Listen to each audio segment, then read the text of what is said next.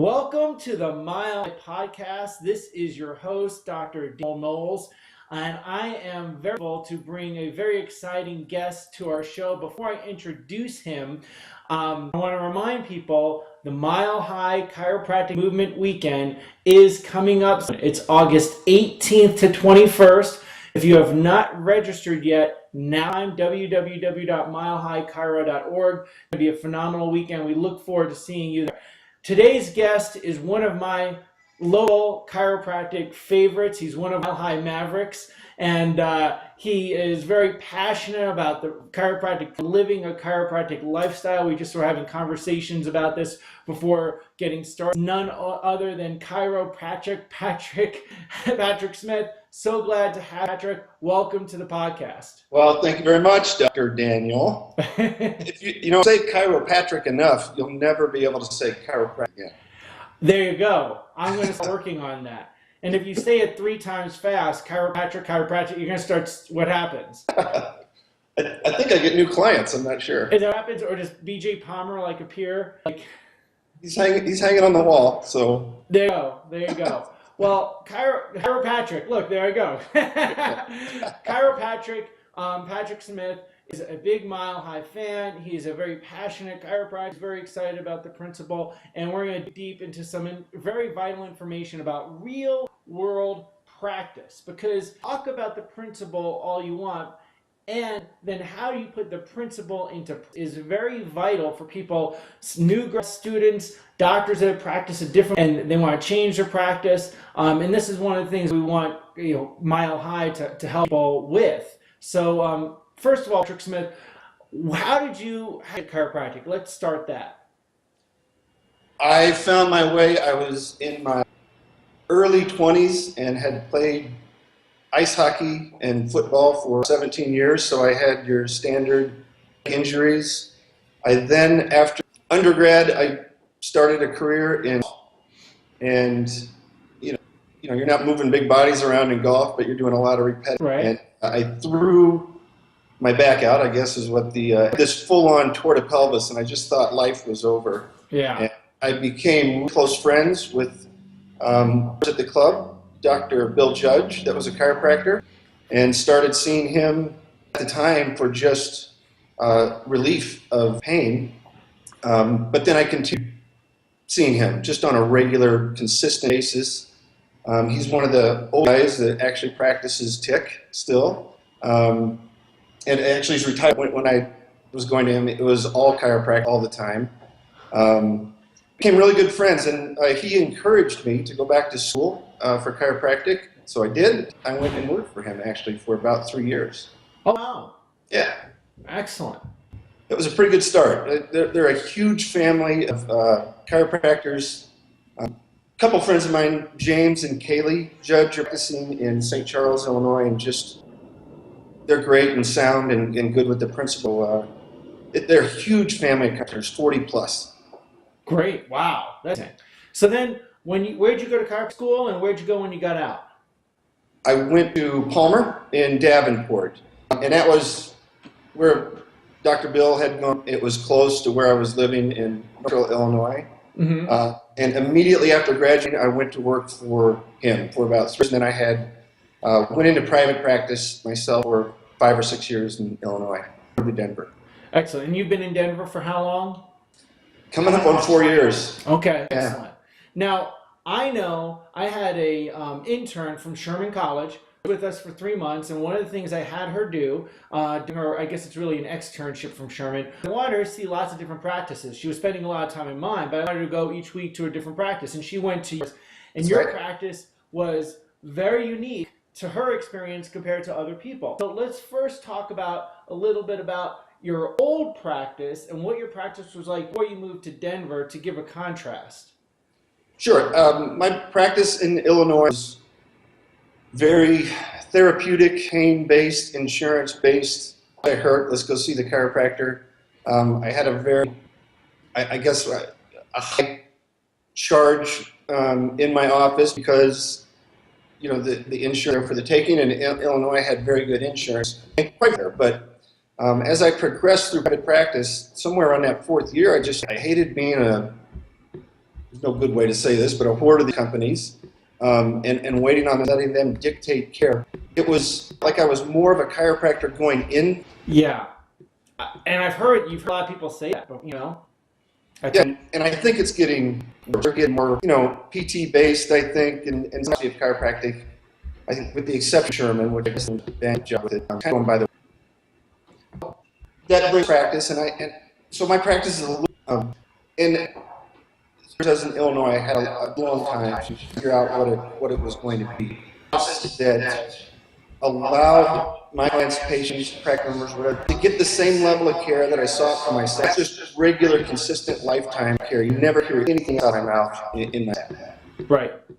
All the two big barriers to people getting regular, consistent care so my office is a commitment from clientele, because I don't out care. Right. Even though I don't have contract, they're just not allowed to do that. And I have a membership style practice. I don't have a per visit fee at all. Right. So again, if somebody doesn't want to be here, I don't want to infiltrating my practice, and I don't want to take money from them. Right. In chiropractic is people have these subluxation patterns for 6 months, I don't know, and to truly make a correction, I don't think that it is. I think it's, and I think one of the problems that causes is great stuff that happens here for 10 months, 10 years. Mm-hmm. At least for me, I wanted to make that a possibility for people. I think that's so important, and there's a really, believe it or not, how did someone who's so good looking end up deciding to be a chiropractor? And I can see by the wisdom that you're sharing, a lot. which is this, that, one, I tend to see, and we have different styles of practice, who both commit in our philosophy being the center stone of everything we do.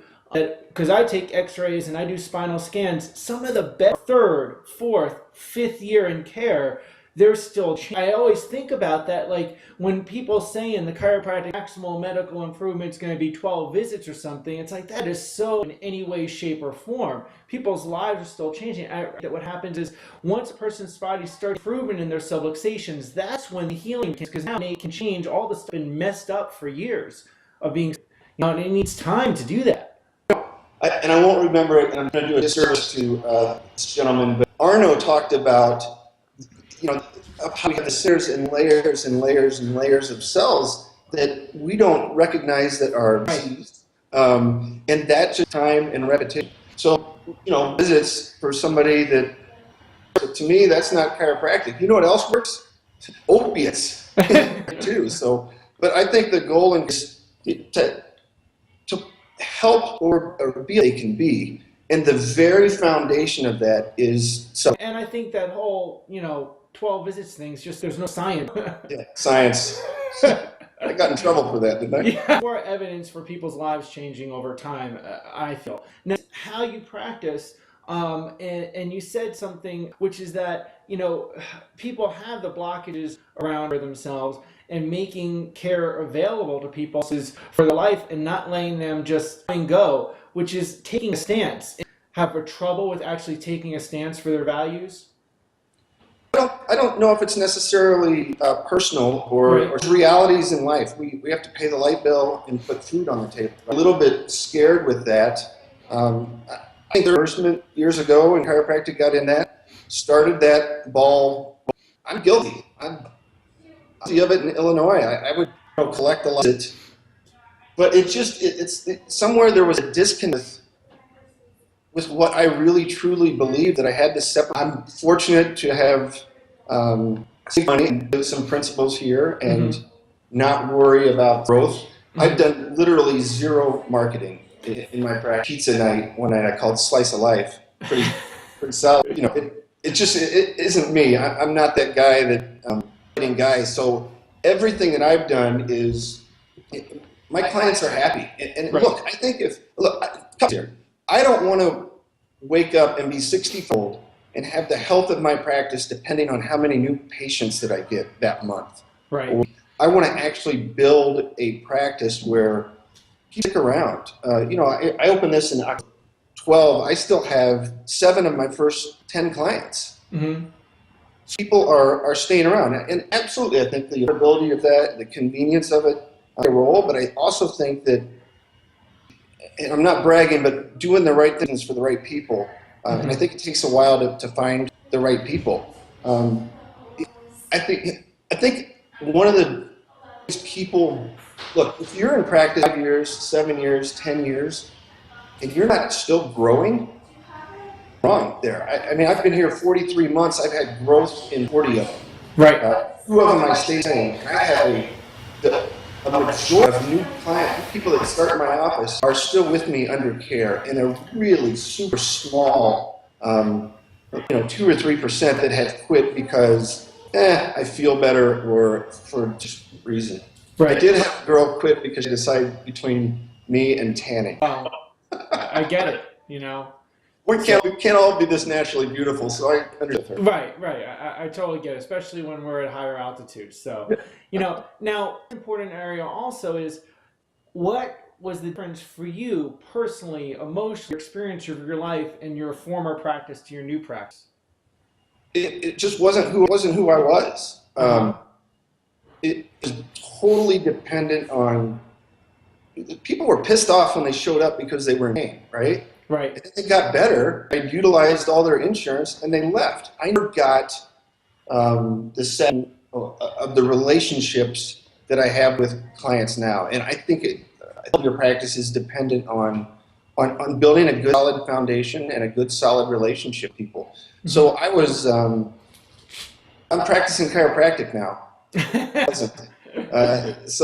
And again, it took me about 10 years to figure that out back there, but here I am. And like I said, man, my clients they'll never hear anything except regular, consistent, lifetime chiropractic care. Right. It's congruent with what I do for myself, do for my growing family, and I think people have to be true to themselves, and it's easy. It really is. Right. And so does that then play out into a different level of joy? Oh, night and day. I love. I only practice 4 days. I've got a 3.5-year-old son that when we were planning practice that I was going to stay home with on Monday and Friday. So I get cool fatherly bond. I don't think a lot of people but I practice Tuesday, Wednesday, Thursday, and Saturday. Man, by the time Tuesday rolls around, I'm excited to get back in the office. I like being a chiropractor. I like checking people and adjusting people and maybe hopefully changing the way people view and manage their health. It's just that inside out lifestyle is it's great, and that's all I talk about here in the office. Well, and that then goes back to my favorite quote, which is, do what is right, not expedient, wash your mind of all compromise. That plays out into your ability to enjoy serving. Oh man, I love that quote. There's a couple of pitfalls in that quote. I think that some of your listeners and students will find is you have to have patience, right? Because doing what's right and not expedient is, in and of itself, it says it's going to take time. I had a friend of mine that's been practicing for 40 years in New Jersey. Started this office, and I talked with him quite a bit about it. And he told me it was 3 to 5 years to build it to the level I wanted. And I thought he was nuts. I thought it would happen in a year. Well, it's going to take 5 years. So I'm about a year where I want to be. Yeah. And again, so it's just like chiropractic, time and repetition, right? So if you just hold your breath for it and make those changes, the payoff is going to be phenomenal. And I go back to what I said. I don't want 5 and having to go out and find new patients for the health of my practice. It just. So then with this kind of practice, what's a typical day in your office look like? A typical day in my office. Well, I don't know if 50 people are going to show up or 80 people. I have one appointment with people, and that's their first one. And they fill out the state-mandated paperwork, and then we sit down for about 45 minutes, explain my office, the philosophy of my office, and explain chiropractic to them on that whiteboard right there. And I do that 8 times a week, or I have 8 times for new clients every week. And I do it either right before a shift or right after a shift. So like this morning, because you are blocked a new client meeting tonight. But I would, appreciate that. again, I really appreciate that. That would take about an hour. And then they would sign up for care, and then my day starts. So at 11 o'clock, I'll have probably 4 or 5 people at the front door waiting to come in, and then we just get home. Yep. So I don't have appointments either. I tell people to be here, and theirs is to show up. Yeah, and it's very important to people realize, because you can practice all kinds of ways. Obviously, you want to practice a way that matches with you, but it's very good to see that things can, and you can live a great life keeping things pure and simple. Well, we tend to complicate things in our lives, and it's also very freeing to see that, hey, look. Well, without question, look, I've got 3 that I communicate with on a daily basis. They've been brought up here before. You're good friends with Joel Kinch down in Castle Rock. Watson's out in California, and Richard Roth is up by LA. We all practice very, very differently. But we have some relations. One of them is subluxation. One of them is regular, consistent lifetime chiropractic. But when you get down to our practices, they're all very different. Joel has a bigger staff than the rest of us, and has a couple of people on staff, and Rich has 1 person on staff. And nobody wants to work for me, so I practice alone. And you're right, there are a bunch of different ways that you can practice. My office is 400 square feet, and I'm the only person here. And I'm not for everybody, and I don't think this style of practice is for everybody. Look, I would be probably miserable coming over and taking over your practice, just like you would be miserable coming down here and taking over mine. And it's not because it's just a style, but the foundations of what we do are all there. But keeping it simple, I think I would love to say that, I had great epiphany and I'm on this higher wave of philosophical, simple thinking. But quite frankly, I'm selfish. I don't want the headache of doing a lot of things. Right. And, and when you mentioned insurance, I really personally think that the downfall of the profession to where it's gotten to right now, if we look at the current status quo, started when we got insurance in the profession. That once we all of a sudden had insurance access, that then our school changed, our state boards changed, and so on. What do you think has happened with subluxation insurance and the medicalization of chiropractic? Well, I've been a chiropractor now for, I guess, how longer than that? 13 years. So you've been doing this a little bit longer than me. I did have some insights into history with the first practice that I was in. I think you're 100% correct. I think when our philosophy started to waver or go down, insurance payments started going up. I mean, what did they call it? They called it the Mercedes 80s, right? Because you could bill for anything, hair analysis and, fingernail painting. They billed for everything. And I think a lot of chiropractors forgot how to do chiropractic. And I think the schools played a part in that. It became very more medicalized or more medical. And look, medicine per se, I think there's a time and a place for it. Look, I don't think it's necessarily their fault either, but insurance companies have a ton of power. Probably more lobbyists, more money going to politics than other industry. And I think they create this, it's kind of I don't want to say, well, it is kind of a cesspool where they dangle enough money to keep a lot of people happy as providers and practitioners, and then they can kind of do what they and dictate care. 12 visits, You for this, but you can't bill for that. Medicare, doesn't reimburse for certain things, chiropractors, and X-rays being one. Right. They dictate not only the type, but the level of care that providers give or provide for their patients. And that's not good for anybody, is it? You find yourself making, kind of decisions that are probably gray areas and that kind of stuff. And it's to survive, really. I mean, Right. I think it's fair.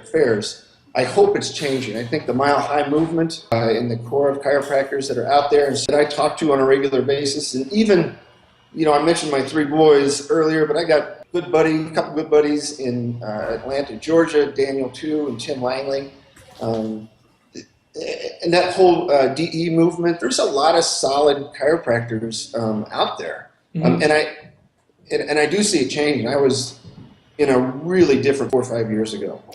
Yeah, what you said, reason for doing Mile High was not because my practice was thriving, because it was and still, and it wasn't that I needed more to do because I'm pretty busy, but I got sick of seeing chiropractic apathy.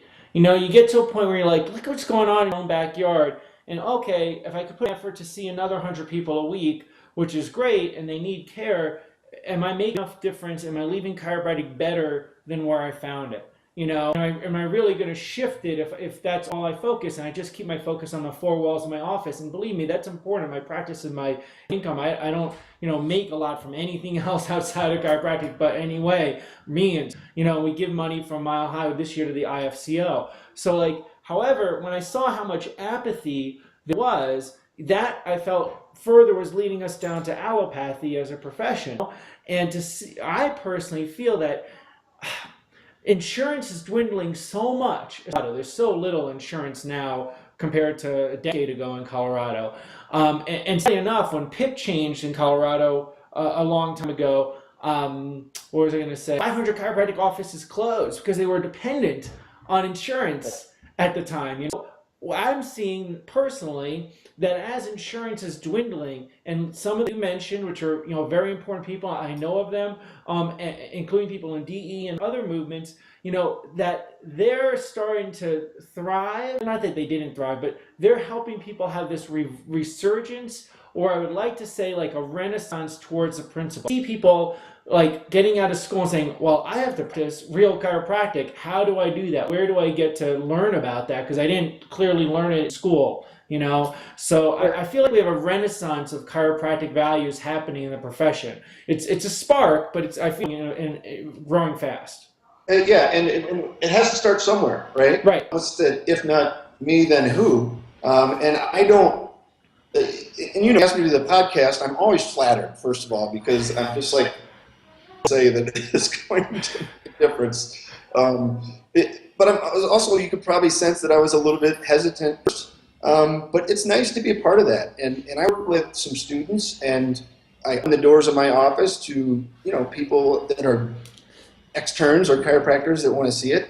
And I think it's a huge thing. I do want to say one thing for chiropractors is to start with themselves and write it down if you have to, and make the change that you want to see in the profession. I can't stand seeing sometimes people that are speaking on stage at different seminars or that are Facebook posts, and then you get on their clinic website and they've got everything under the sun, and they treat everything from hemorrhoids to hangnails. If you're going to be principled, start with yourself. Mm-hmm. Right. It's easier to spread the joy and love if you and know what comes out of your mouth is the absolute truth. Right. And there's another big point, which is how important do you feel is the individual in this? As far as the chiropractor? Yeah. Well, I think it's just by you could decipher what some of the things that we're talking about. I think paramount. The foundation of any person that comes into my office, I want to have a relationship with them. I don't want to lay them down, kick them out. And I want it to be a long relationship. So from that standpoint, that's usual. Say, right. You talked about, and we both agree on, we practice very But you're doing what resonates with you, and I'm doing what resonates with me. So, and I just talked about for individual chiropractors to visible and make the change that they want to see. So that's all individual. Right. But I also think having is important too, and whether that's your staff, which I don't have, your family, or a good team of peers that you can do and complain to and enjoy successes with, that's important as well, I think. So, but again, I think it all comes down to the individual. Like I said, I literally am an individual in my practice. There's no. So you would practice without a team? Absolutely, I don't think so. I mean, nobody knows all the answers, right? And I would rather. I'd rather do in decisions that I make by gathering information from people that I know and trust that practice very than me, and then make a decision rather than just full speed ahead. You know, and this is just something else that's important for people that are listening, because doctors listen to this, students all around the world at this point, 35 countries at last I checked through iTunes, which is this, that you can practice however you want. You know, that's kind of, as long as it's within the law, right? And you're congruent with your values. And what happens is when things aren't going right in practice, and I've been there, and I guarantee, no doubt that you've been there, we all have, when things aren't going right, you tend to someone else. It's got to be the staff. Which staff member is it? It's got to be our fees. Ours not be good. It's the forms. The forms aren't right. It's the paint. Whatever. You got the wrong paint color. All those things are important. You need if you're practicing a team, you need a stellar team. You've got to have, a paint color that's not ugly, so, and all those things. However, that's all this outside in thinking, everything else. But when it comes down to it, you've got to look at how you're doing as the leader, right? Without a question. I've said this for a long time before chiropractic, that, and it's not practice when something is going wrong, but it's, I think, in life too. Right? Somebody moves up and is overweight, guess whose fault that is? Right? And if the relationship with your partner is not solid, everybody plays a role in it. I'm convinced that 9 of our problems, you can find out where they were looking back at you when you brush your teeth in the morning. A lot of it's in us, and changing our mindset and changing perspective. And again, doing the right things for the right reasons is huge. It's important. Yeah, I found that practice is like this big mirror. It's a mirror. It's just a reflection of yourself, and how you're doing with a whole plethora of things. Yeah, mirror image adjusting. Is that... Yeah, that's what I was talking about. Little chiro humor. Yeah, I know. It's funny. I use a lot of chiro humor with my kids, and they don't get it. But you don't crack them up? No. There you go. Oh, we're going down a dangerous path here. Okay, so with that, let's get some chiropractic wisdom. Okay, what wisdom would you share with a doctor who's not practicing, is not fulfilled in practice? How they're not fulfilled, they're not happy with their practice going. What resource would you put? What advice would you give them? Well, I think the biggest and one of the most is to define. Look, it's easy to be in practice. I was making in Illinois, and I was miserable for a lot of reasons that we talked about. I think a big problem, it's easy to sit back and be like, it sucks, my days are long, I skin meet people, for those people. Finding what you want to practice, what you want to life.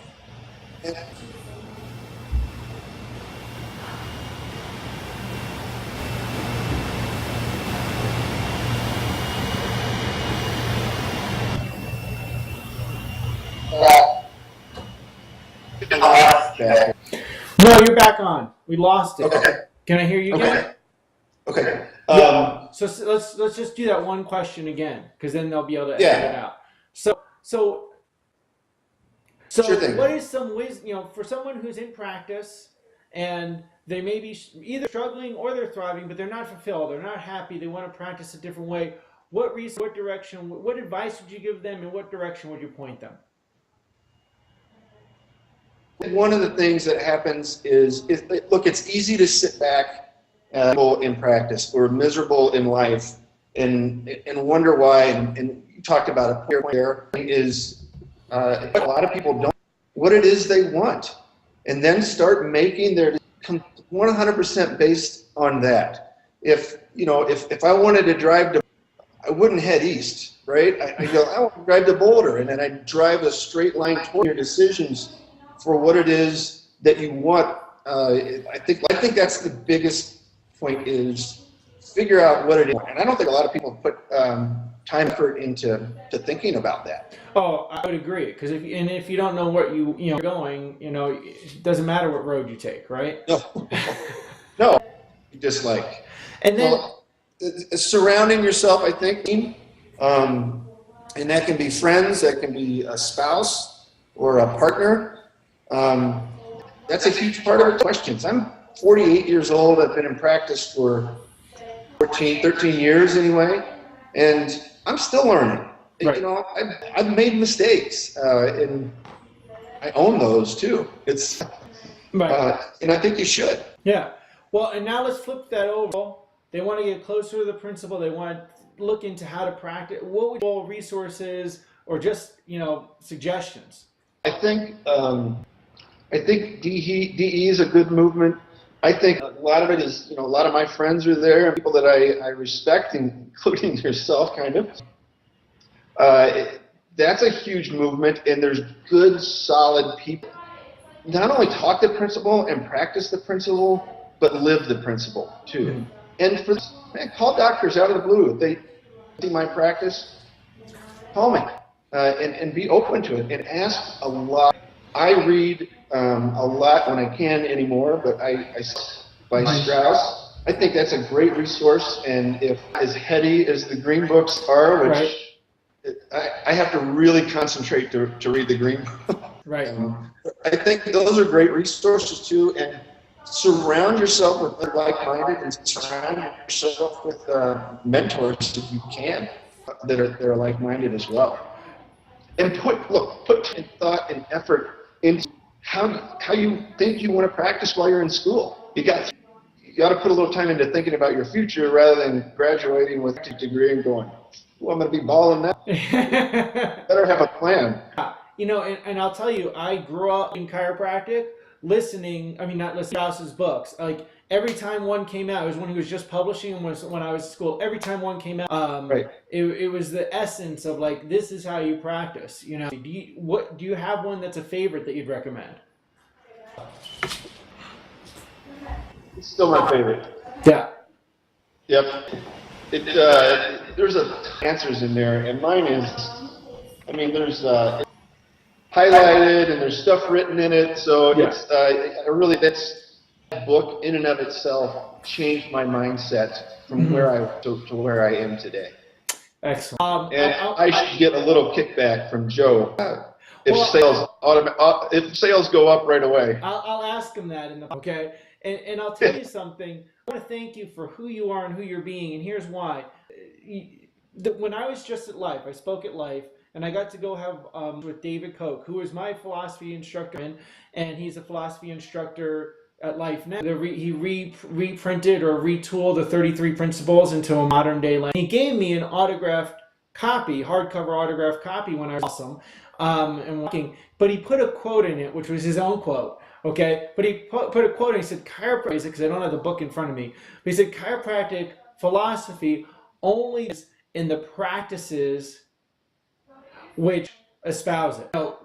So your office and who you're being in practice is real chiropractic philosophy lives. It doesn't live in the books that I mentioned, live. And we have to have practices where students go into and do that so that chiropractic lives, and not just book wall or in a print, but actually in real. And I feel like your office and lots of others that we've talked about are very valuable in that. I really appreciate you for that.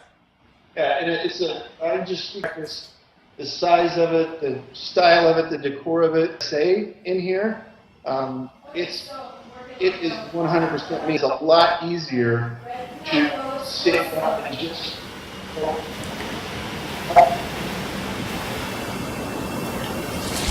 Hold on a second. Hold on. Can you hear me now?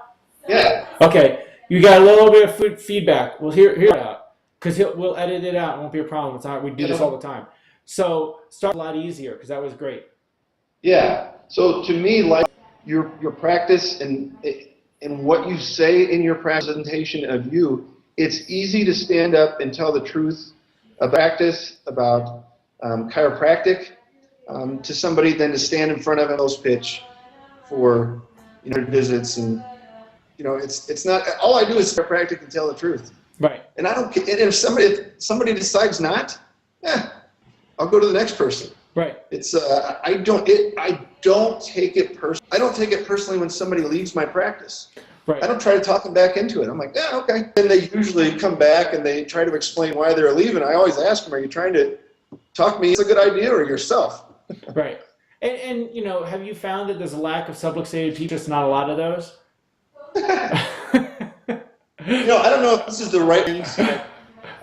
It's to me, and with chiropractic, and I don't know if I'm thinking about this right, but there's no destination. Right. It's I'm not going to, when necessary, somebody for 20 years. Yeah, you're good. Go ahead. You're never going to be subluxated again. Right. It's right. Yeah, I think we better. Good. On that. Good. Well, podcast. I'm grateful that you're a fan of Mile High, and I really am looking forward to feedback because I know people are going to get a lot out of this, and it's going to inspire people to move their practices in a direction. So I appreciate that about you. I know big things coming ahead. You've got twins on the way, so I let everybody know. Big congratulations on that. Yep. Ahead of time. This will be too long before the twins come out. So, but it'll be very exciting, and congratulations. And thank you for all you do for chiropractic. And remember, iTunes, and we put this on YouTube, on iTunes, every social media channel that we can. Listen to us on iTunes. Please share feedback and subscribe so you never miss an episode. We look forward to seeing you at Mile High, August the 21st, in the Mile High. So we named it so that you would not have any kind of guess of where it was, where you were going. And www.milehighchiro.org. Thank you, Dr. Kyle. Everybody, get to Mile High. You won't be disappointed. Thank you, sir. Dr. Patrick Smith with us. Have an excellent day, all. Peace. Hold on. Like our page on Facebook, www.facebook.com/Mile High Chiro.